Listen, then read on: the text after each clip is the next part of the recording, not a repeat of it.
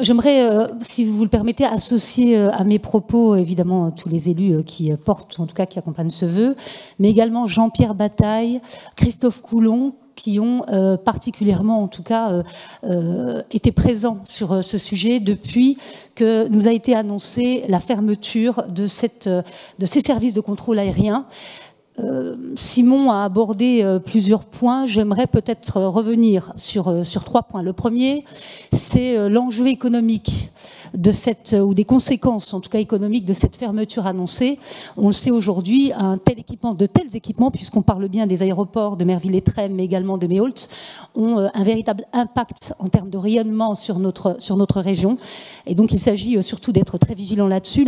Deuxième point, et on a eu l'occasion d'en parler à plusieurs reprises avec Jacques Hurlu, président de la CCFL, la communauté de communes Flandre-Lys, qui a décidé, en fait, il y a 3 ans, de reprendre ce site et qui a investi des millions d'euros et qui a d'autres projets. Simon a évoqué une école de pilotage. C'est un projet de 10 millions d'euros qui est prévu.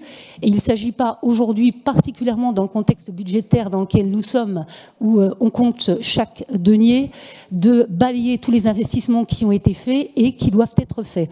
Donc, je pense que le stop ou encore doit aussi s'arrêter sur les dynamiques qui sont aujourd'hui lancées sur notre territoire. Et puis, 3e point que j'aimerais aborder, qui appuie en tout cas notre volonté de porter ce vœu, c'est la façon.